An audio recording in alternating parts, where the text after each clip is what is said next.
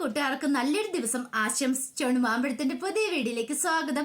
നമുക്ക് നേരെ ബാലന്റെ ഗോമതിയുടെ ഇന്നത്തെ നല്ലൊരു വിശേഷം കണ്ടാലോ.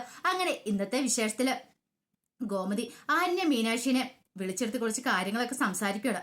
പിന്നീട് ആര്യനോടും മീനാക്ഷിയോടുമായിട്ട് പറഞ്ഞു, ഒരു കാര്യം ഞാൻ പറയാം, ഒരു കാരണവശാലും മിത്ര ആരുടെ മുന്നിൽ നാണം കെടില്ല.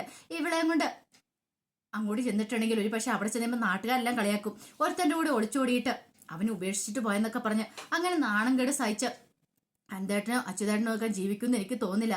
അവര് മിക്കവാറും ഇനിയിപ്പോൾ വേറെ എന്തെങ്കിലും കടുകയും ചെയ്യും. അതൊരു കാരണവശാലും ഉണ്ടാകാൻ പാടില്ല. അതുകൊണ്ട് മിത്രേനെ രക്ഷിക്കേണ്ട കടമ നമുക്കുണ്ടെന്ന് പറയാം.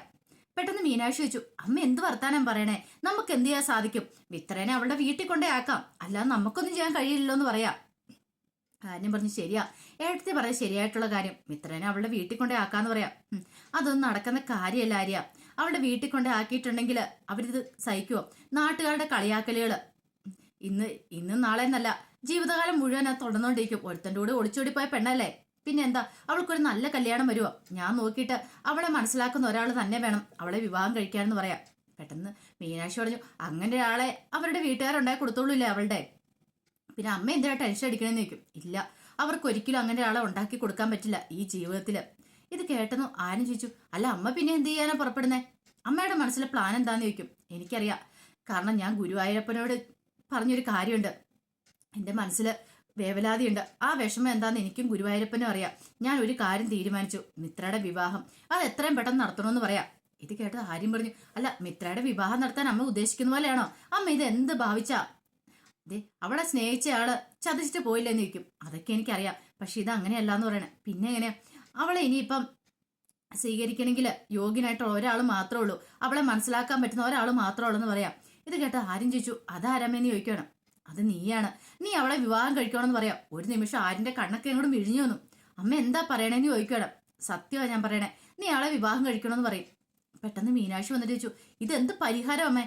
ഇതാണോ അതിനുള്ള പരിഹാരം? ആരിനും മിത്രം നമ്മളുടെ വിവാഹം? അമ്മയ്ക്ക് എന്താ സ്ഥലകാലബോധം നഷ്ടപ്പെട്ടോ? അമ്മ എന്താ പറയുന്നതെന്ന് അമ്മയ്ക്കറിയാവോ?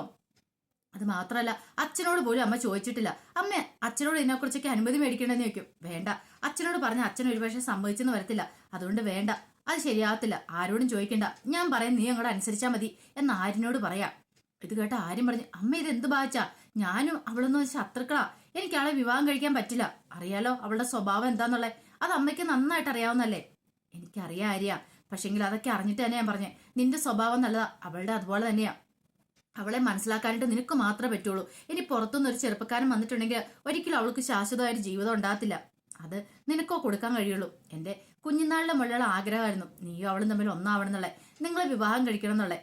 അവളുടെ കല്യാണം എന്ന് അറിഞ്ഞു കഴിഞ്ഞപ്പോൾ എനിക്ക് എത്രമാത്രം വിഷമമായെന്നറിയോ? അത് പക്ഷെ നിന്നോട് പറഞ്ഞിട്ടുണ്ടെങ്കിൽ നിനക്ക് എത്രമാത്രം അറിയാൻ പറ്റുമെന്ന് എനിക്കറിയില്ല. നീ അവളും കൂടെ നിന്റെ കൈ പിടിച്ച് അവൾ കുടുംബത്തിലേക്ക് കയറി വേണമെന്ന് എൻ്റെ ആഗ്രഹമായിരുന്നു. അവസാനം ഗുരുവായൂരപ്പൻ ആ ആഗ്രഹം നിറവേറ്റി തരാൻ പോവാ. അല്ലെങ്കിൽ തന്നെ ഒന്ന് ഓർത്തു നോക്കിയേ, ഇങ്ങോട്ട് നമ്മൾ വന്നു, അപ്രതീക്ഷിതമായിട്ടാണ് നമ്മൾ വരുന്നത്. പക്ഷെ ഈ സമയത്ത് മിത്രനെ ഇങ്ങോട്ട് കൊണ്ടുവന്നതും പിന്നീട് അതിനുശേഷം നടന്ന സംഭവങ്ങളൊന്ന് ഓർത്തു നോക്കിയേ. ഒരു പക്ഷേങ്കിൽ അവളിവിടെ ആക്കിയിട്ട് നമുക്ക് പോകാൻ പറ്റില്ല. അവൾ എന്തെങ്കിലും കടുകൈ ചെയ്തിട്ടുണ്ടെങ്കിൽ പിന്നെ നമുക്ക് ഒരിക്കലും ജീവിതത്തിൽ ഒരു സന്തോഷമോ സമാധാനമോ ഒന്നും ഉണ്ടാവത്തില്ല. അതുകൊണ്ടാണ് ഞാൻ പറയണേ, നീ അവളെ കല്യാണം കഴിക്കണം. നിന്റെ കാല് പിടിക്കാന്ന് പറഞ്ഞുകൊണ്ട് ആൻ്റെ കാലിലേക്ക് അങ്ങോട്ട് വീഴുവാണ്. പെട്ടെന്ന് ആരിന് അമ്മനെ പിടിച്ചങ്ങോട്ട് എഴുന്നേപ്പിക്കുക. അമ്മ ഇത് എന്ത് പരിപാടിയാണ് കാണിക്കുന്നത്? എൻ്റെ കാല് പിടിക്കേണ്ട കാര്യമൊന്നും ഇല്ലാന്ന് പറയാണ്. പിന്നീട് ആര്യൻ അങ്ങ് മുറിയിൽ നിന്ന് അങ്ങോട്ട് ഇറങ്ങിപ്പോവാ. ഈ സമയം മീനാക്ഷി പറഞ്ഞു, അമ്മ എന്താ അമ്മ ഇങ്ങനെയൊക്കെ? ഇതാണ് ഒരു മാർഗം. ആരുടെ മനസ്സെന്താ അമ്മ വിചാരിക്കാത്തെന്ന് ചോദിക്കാം. എനിക്കറിയത്തില്ല മീനാക്ഷി, പക്ഷെ ഞാൻ ഒരു തീരുമാനം എടുത്തു. ഈ തീരുമാനത്തിൽ നിന്ന് ഞാൻ ഇനി പിന്മാറില്ലെന്ന് പറയാം.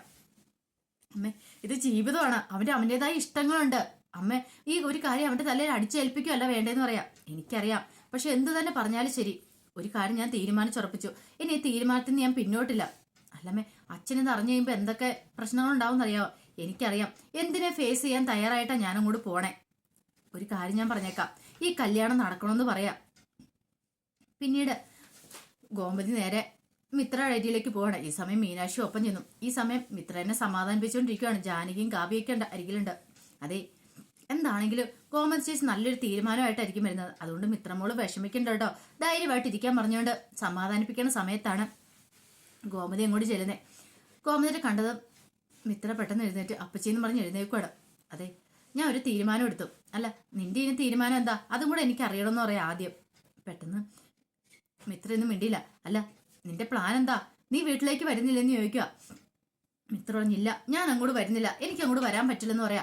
ഇത് കേട്ടതും പെട്ടെന്ന് ഗോമതി പറഞ്ഞു, പിന്നെ നീ എന്ത് ചെയ്യാൻ പോവാ? നീ ഇവിടെ തപസിരിക്കാൻ പോവാണോ? അല്ല അത് പിന്നെ ഞാൻ കൂടുതലൊന്നും പറയണ്ട. അതെ ഇനി ഞാൻ നോക്കിയിട്ട് ഒരേ ഒരു വഴി മാത്രമേ ഉള്ളൂ, നിന്റെ കല്യാണം. അത് എത്രയും പെട്ടെന്ന് നടക്കണമെന്ന് പറയാം. അപ്പച്ചി ഇത് എന്തറിഞ്ഞിട്ടാ പറയണേ? എനിക്കൊരു കല്യാണമൊന്നും വേണ്ട, എനിക്ക് കല്യാണത്തെക്കുറിച്ച് ചിന്തിക്കാൻ പോലും പറ്റില്ലെന്ന് പറയാം. അതൊന്നും പറഞ്ഞിട്ട് കാര്യമില്ല. നിന്നെ രക്ഷിക്കാനായിട്ട് ഞാൻ ആ മാർഗം മാത്രമേ കാണുന്നുള്ളൂ. നിന്നെ ഇവിടെ ഇങ്ങനെ ഉപേക്ഷിച്ചിട്ട് പോകാൻ എനിക്ക് പറ്റില്ല. ഞാൻ നിന്റെ അപ്പച്ചിയാണ്. നിന്നെ ഇട്ട് കളഞ്ഞിട്ട് എനിക്ക് പോകാൻ പറ്റില്ലെന്ന് പറയാം. അപ്പച്ചി എനിക്ക് വിവാഹം വേണ്ട, ഞാൻ പറഞ്ഞല്ലോ എനിക്ക് വിവാഹത്തിലുള്ള താല്പര്യമില്ലെന്ന് പറയാം. എന്തൊക്കെ പറഞ്ഞാലും ശരി, നിന്നെ ഒരുത്തൻ ചതച്ചു പോയി. പക്ഷെ എന്നും പറഞ്ഞുകൊണ്ട് നീ വിവാഹം വേണ്ടെന്ന് പറഞ്ഞിരിക്കാനായിട്ട് പാടില്ല. കാരണം ഞാൻ ബാലേട്ടനെ വിവാഹം കഴിച്ചു, അതുപോലെ തന്നെ മീനാക്ഷി ആണെങ്കിലും ആകാശിനും വിവാഹം കഴിച്ചു. അവരുടെ ജീവിതം ഒരു കുഴപ്പമില്ലാതെ പോയിക്കൊണ്ടിരിക്കുന്നത്. അതുപോലെ തന്നെ എൻ്റെ ബാലേട്ടൻ്റെ ജീവിതം നിനക്കറിയാവുന്ന കാര്യമല്ലേ.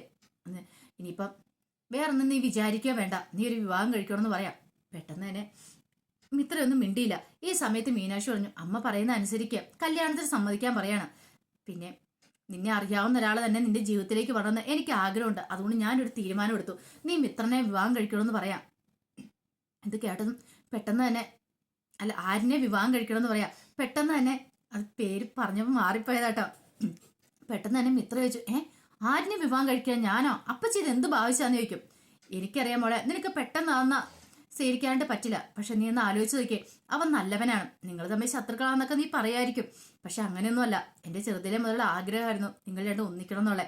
അതുകൊണ്ട് നിങ്ങൾ തമ്മിൽ ഒന്നിക്കണം, നല്ലൊരു ജീവിതമായിരിക്കും നിനക്ക് കിട്ടാൻ പോകുന്നത്. ഇല്ല അപ്പച്ചി, ഇത് ഒരിക്കലും ഞാൻ സമ്മതിക്കില്ല എന്ന് പറയാം. ഇത് കേട്ടതും കോമതി, ഓഹോ അങ്ങനെയാണല്ലേ, അപ്പൊ നിനക്ക് നല്ലൊരു ജീവിതം കിട്ടട്ടെ എന്ന് വെച്ചപ്പോ നിനക്ക് അതിന് സമ്മതമല്ലേ അല്ലേ? ഒരു കാര്യം ഞാൻ പറഞ്ഞേക്കാം, ആരൊക്കെ എന്തൊക്കെ പറഞ്ഞു പറഞ്ഞാലും നീ ഈ വിവാഹത്തിന് സമ്മതിക്കണം. ആരിനോട് ഞാൻ ഈ കാര്യത്തെക്കുറിച്ച് പറഞ്ഞിട്ടുണ്ട്, അവന് കുഴപ്പമൊന്നുമില്ല, അതുകൊണ്ട് നീ ഇനി സമ്മതിക്കണമെന്ന് പറയാം. എന്ത് ചെയ്യണം നടത്തില്ല അവസ്ഥയില മിത്രം നിൽക്കുന്നത്. ഈ സമയം ജാനിക്ക് വന്നിട്ട് പറഞ്ഞു, അതെ നല്ലൊരു കാര്യമല്ലേ മോളെ, അങ്ങോട്ട് സമ്മതിച്ചേക്കാൻ പറയുവാണ്. പിന്നീട് കാണിക്കുന്നത് ആകെപ്പാടെ ടെൻഷൻ അടിച്ച് ഇങ്ങനെ ആരും നിൽക്കുവാണ്. ആരുടെ അടുത്തേക്ക് മീനാക്ഷി വരുവാണ്. മീനാക്ഷി വന്നിട്ട് പറഞ്ഞു, അതെ ഞാനൊരു കാര്യം പറയാം, ഇത് നിന്റെ ജീവിതമാണ്, നീയാണ് തീരുമാനം എടുക്കേണ്ടത്, ഞങ്ങൾ ആരുമല്ല. അതുകൊണ്ട് ആലോചിച്ച് നീ ഒരു തീരുമാനം എടുത്ത് ചാടിയും ചെയ്യണ്ട. അമ്മയെന്ന് അങ്ങനെ കല്യാണം കഴിക്കാൻ പറഞ്ഞു. 2 ദിവസം കഴിയുമ്പോൾ അമ്മ ആ കാര്യങ്ങൾ മറന്നു പോകും ചിലപ്പോൾ. അതുകൊണ്ട് നീ ആലോചിച്ചൊരു തീരുമാനം എടുത്താൽ മതി, എടുത്ത് ചാടിയൊന്നും ചെയ്യണ്ടെന്ന് പറയാ.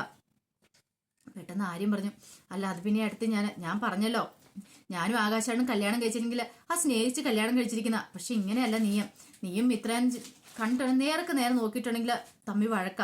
അതുകൊണ്ടാണ് ഞാൻ പറഞ്ഞത്, എല്ലാം അറിയാവുന്നതുകൊണ്ടാണ് ഞാൻ പറഞ്ഞത്, ആലോചിച്ചൊരു തീരുമാനം എടുത്താൽ മതിയെന്ന്. പെട്ടെന്ന് ആര്യം പറഞ്ഞു, ഞാൻ ആലോചിച്ച് തന്നെ തീരുമാനം എടുത്തേ, എനിക്ക് അവളെ കല്യാണം കഴിക്കാൻ താല്പര്യമെന്ന് പറയാം. ഇത് കേട്ടെന്ന് മീനാക്ഷി ചോദിച്ചു, എടാ നീയ സത്യം എൻ്റെ കാലിൽ പിടിച്ചല്ലേ അമ്മ അപേക്ഷിച്ച്, എനിക്ക് ഈ ലോകത്തിലെ ഏറ്റവും വലുത് എൻ്റെ അമ്മയാണ്. അമ്മയെ കഴിഞ്ഞിട്ട് എനിക്ക് മറ്റെന്തോ ഉള്ളൂ. ഇന്നലെ നമ്മൾ കേട്ടില്ലേ ശ്രീകൃഷ്ണൻ അവിടെയുള്ള പ്രഭാഷണം, ശ്രീകൃഷ്ണനെ ഏറ്റവും കൂടുതൽ സ്നേഹിച്ച അവൻ്റെ അമ്മേനെയെന്ന്.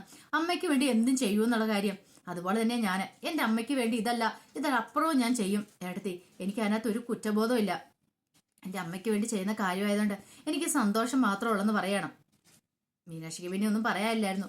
പിന്നീട് ആരിനിങ്ങനെ ആൽച്ചോട്ടിൽ ഇങ്ങനെ പോയിരിക്കുകയാണ്. ഈ സമയത്താണ് കൂടെ നന്ദനം വരുന്നത്, സാക്ഷാൽ ഗുരുവായൂരപ്പൻ. വന്നിട്ട് ചോദിച്ചു, എന്താ ആര്യ മുഖത്തൊരു വല്ലാത്തൊരു വിഷമമുള്ളതെന്ന് ചോദിക്കും. ഒന്നുമില്ല. എന്താ ബായി പറ, കാര്യം എന്താന്ന് പറ, ഞാനും കൂടെ ഒന്ന് അറിയട്ടെ എന്ന് പറയാം. ഒന്നുമില്ലെന്ന് പറഞ്ഞില്ലേ? ഓ അതെന്താ, നമ്മൾ എത്ര അടുപ്പത്തിലായിട്ടോ എന്നോട് പറയാൻ ഭയങ്കര ബുദ്ധിമുട്ട്. ഓ അപ്പൊ നമ്മൾ വെറുതെക്കാരല്ലേ, ഇല്ലെങ്കിൽ ഇത്രയും കാര്യങ്ങളൊക്കെ നമ്മളോട് പറയണ്ടല്ലേന്ന് ചോദിക്കും. ഇത്രയും വിഷമമായിട്ട് ഇവിടെ ഇരുന്നിട്ട് ഒരു വാക്ക് ചോദിച്ചിട്ട് എന്തേലും പറഞ്ഞു എന്ന് ചോദിക്കുക. താഴ്ന്ന് പോകാൻ നോക്കി, അല്ലെ തന്നെ എനിക്ക് ഭ്രാന്ത് പിടിച്ചിരിക്കുവാന്ന് പറയാം. ഇത് പറഞ്ഞപ്പം നന്ദൻ പറഞ്ഞു, അങ്ങനെ പറയില്ല ബായി, കാര്യം എന്താന്ന് പറയാടെ. ഇത് കേട്ട ആരും കൂടി ദേഷ്യം വന്നു. ആരും പിടിച്ചു തന്നോടൊന്ന് മാറിപ്പോവാനല്ലേ പറഞ്ഞു നമ്മൾ തള്ളുവാണ്. പെട്ടെന്ന് അങ്ങോട്ട് നന്ദനം വീഴാൻ തുടങ്ങി. അയ്യോ സോറി കേട്ടോ, അറിയാതെ പറ്റിപ്പോയതാ, എന്റെ മനസ്സിന്റെ സങ്കടം കൂടി ഞാൻ ചെയ്താ. അയ്യോ എനിക്ക് അവിടുത്തെ പറ്റിപ്പോയതെന്ന് സോറി പറയണേ.